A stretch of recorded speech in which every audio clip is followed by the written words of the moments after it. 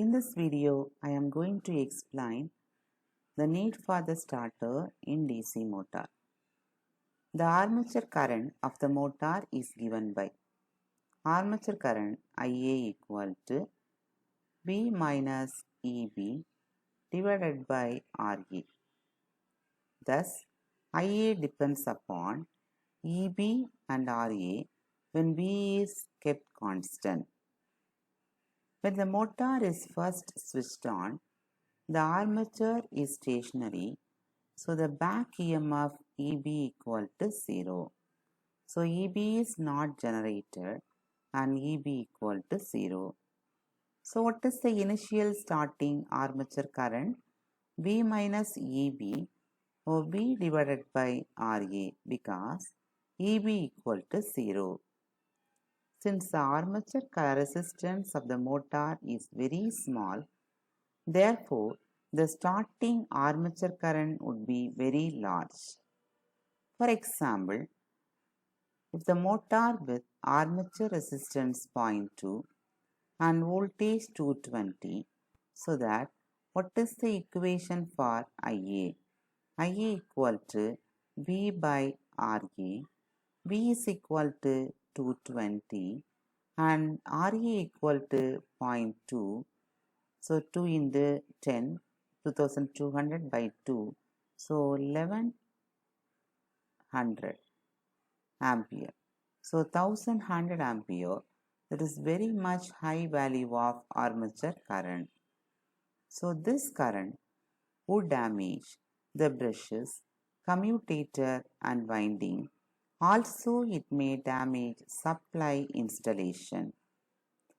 As the motor speed increases, the back EMF increases and V minus EB goes on decreasing.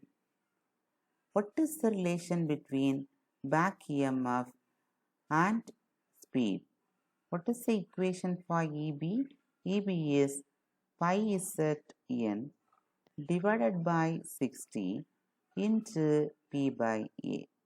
From this, EB is directly proportional to N. So the motor starts rotating. At that time, the speed is increased. EB also increase. So that V minus EB goes on decreasing. If it is decreasing, automatically the current is in the decreasing order. Since the starting current is very large at the time of starting of DC motor, an extra resistance must be added in series with the armature. This would limit the initial current to a safe value until the motor has built up the stable speed and back EMF EB. So this external starting resistance basically known as starter resistor. The external starting resistance that is divided into number of subsections which are cut out one by one as the speed of the motor increases and the back EMF is built up. When the speed of the motor attains its normal value, the extra resistance is completely cut out. These are about the need of starter. Next, I am going to explain what are the various types of starters used in the DC motor. One of the starter used in the DC motor is 3-point starter. So 3-point starter, that is coming under armature resistance starting. This is the common method of starting of DC motors. It is simple as well as reliable. Only a variable resistance is needed to be added in series with the armature during the starting condition. The resistance is gradually reduced. Finally, it made to 0. The motor attains the rated speed. Now I am going to explain the 3-point starter. This figure shows the 3-point starter. In this 3-point starter, what are the important components in the 3-point starter?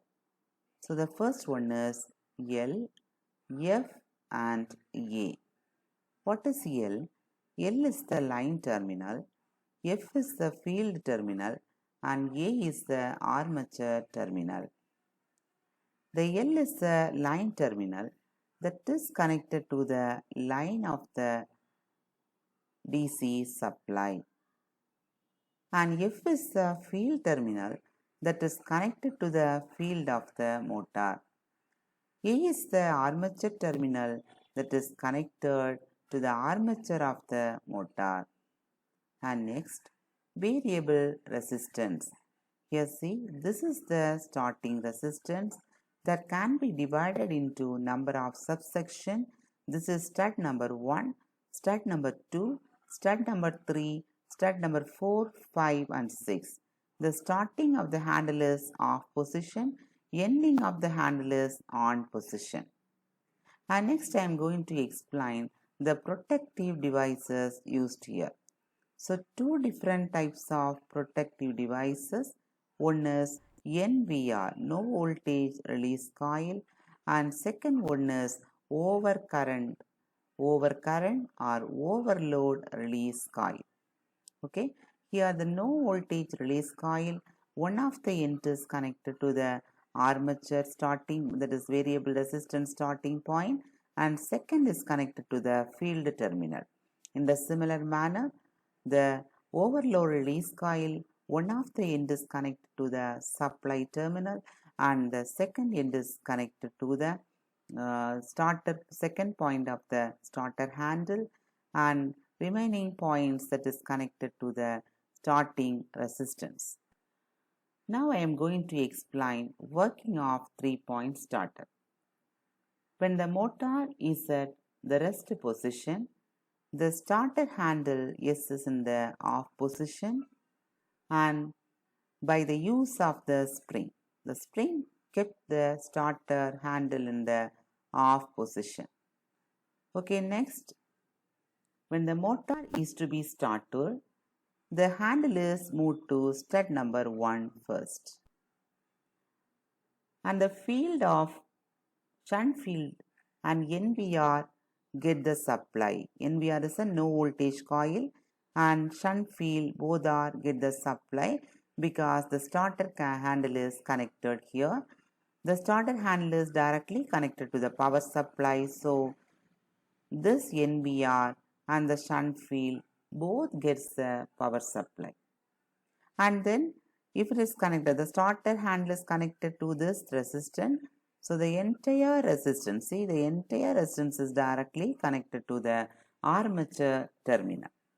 So in this way the circuit is completed. Then the handle is gradually moved from first position to second position, second to third position, third to fourth and fourth to fifth, then fifth to sixth. Finally it reaches the on position. In this position it is connected with the no voltage release coil. This is the soft iron magnet, and this magnet attracts the soft iron towards it. So the starter handle is attached with the no voltage release coil. Okay, these are the working of the starter. Okay, in the case of power failure, the holding coil get demagnetized and the handle is brought back to its original position. So what is the original position? That is in the off position. Again, if by any chance shunt field is winding is get open circuited, at that time also the this whole magnet or no voltage release coil is it is demagnetized and the starter handle is brought back to its original position. And next I am going to explain what about overload release coil. What is overload release coil? Which protects the motor against the overcurrent or overload. When the armature current that exceeds the certain limit, the overload release coil that attracts the soft iron towards it. So this softness is attracted by this magnet. So this is the magnet, no. So soft iron is attracted. Now this B point is connected and A point is connected here. So both are connected. Now these both are connected to the no voltage release coil. Now what about B? B is 0. So no voltage means no current is flowing here. I is also 0.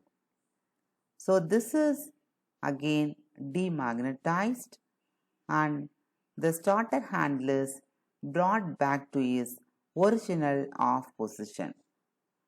So in any type of fault occurs, DC motor starter, that handle is brought back to its original position and supply gets switched off. That's all. Have a nice day.